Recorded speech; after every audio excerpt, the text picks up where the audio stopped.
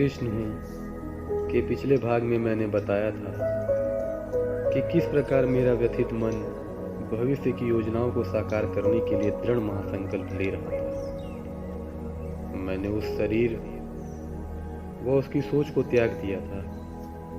मेरा सूक्ष्म मन शून्य में लीन था। उधर मालूम नहीं कितने वर्ष तक मेरी आत्मा मेरे सूक्ष्म मन के साथ शून्य में लीन रही। शायद धरती के 400-500 वर्ष बीत गए होंगे। वहीं यदि शून्य के समय की बात करूं तो यहाँ के बमुश्किल 10-1 रोज बीते होंगे।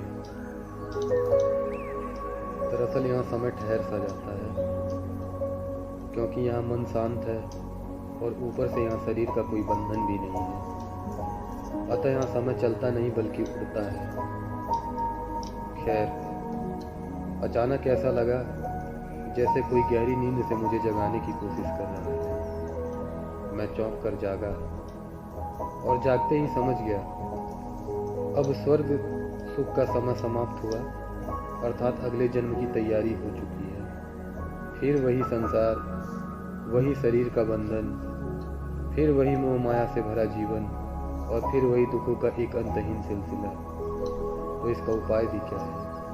यही जीवन की धारा है और इसे स्वीकारना ही रहा। लेकिन अभी सोचने वाली बात यह थी कि चैन से सोया था संसार की चिंता छोड़ के, या मुझे कौन पैदा करने को न चले था? जरा देखूं तो। इस विचार के साथ ही अनायास मुझे धरती पर कुछ धुंधला धुंधला सा दिखाई देने लगा। अचानक मुझे धरती पर उड़ती हुई धूल नजर आने लगी।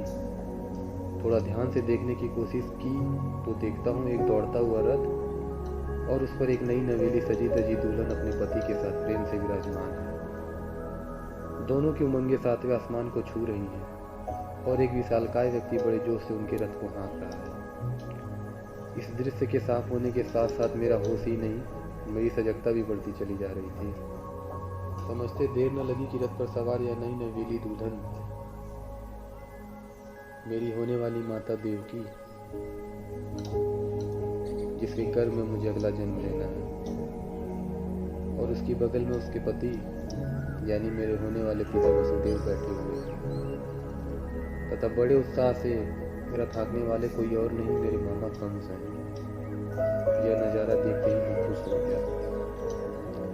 अगला जन्म किसी बड़े घर में होना तो तय हुआ। सच कहूँ तो लालन पालन राजमहल में होने के नाम से यहाँ पड़ा पड़ा मैं भी पागल हुआ जा रहा था। अभी सपने देखना प्रारंभ ही किया था कि यह क्या, मैं फिर बेहोश हो गया और पता नहीं फिर कितने वर्ष बेहोश पड़ा रहा। वैसे तो आकाश में सूक्ष्म मन हमेशा बेहोश व सुप्त ही रहता है, क्योंकि यहाँ मन के लिए करने में कुछ विशेष होता नहीं। लेकिन न जाने क्यों इधर मेरा मन सूक्ष्म बार बार होश में आने की कोशिश कर रहा था।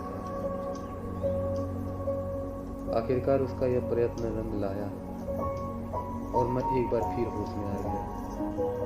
होश में आते ही धरती पर एक विचित्र घटना दिखाई देने लगी। मथुरा के बाहर वीरान जंगल में एक घने पेड़ के नीचे संत नारद हाथ में वीणा लिए हुए बैठे थे। दूसरी तरफ 30-40 मथुरावासी हाथ जोड़े उन्हें अपना दुखड़ा सुना रहे थे। दरअसल वे सब मेरे मामा वो मथुरा के राजा कंस के अत्याचारों की गाथा महर्षि नारद को सुना रहे थे। उनका कहना था कि कंस ने मथुरावासियों का जीना दुश्वार कर रखा है, यहाँ तक कि उसने अपने पिता राजा उग्रसेन तक को नहीं बख्शा है। दुष्ट ने उन्हें भी कैद कर लिया है। यही नहीं, उसने अपने सैनिकों को मथुरावासियों पर जुल्म करने के लिए खुला दौर दे रखा है।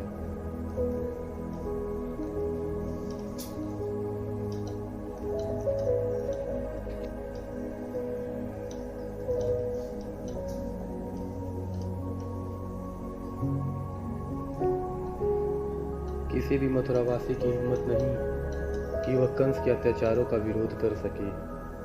कुल मिलाकर आज मथुरा में ऐसा कोई नहीं जो उसकी जुल्म के सामने आवाज उठा सके। 100 बातों की यह बात कि आप जैसे संत के होते हुए भी हम पशुओं सा जीवन व्यतीत कर रहे हैं। कृपया इस बात पर गौर कर आप हम मथुरावासियों पर दया फरमाएं।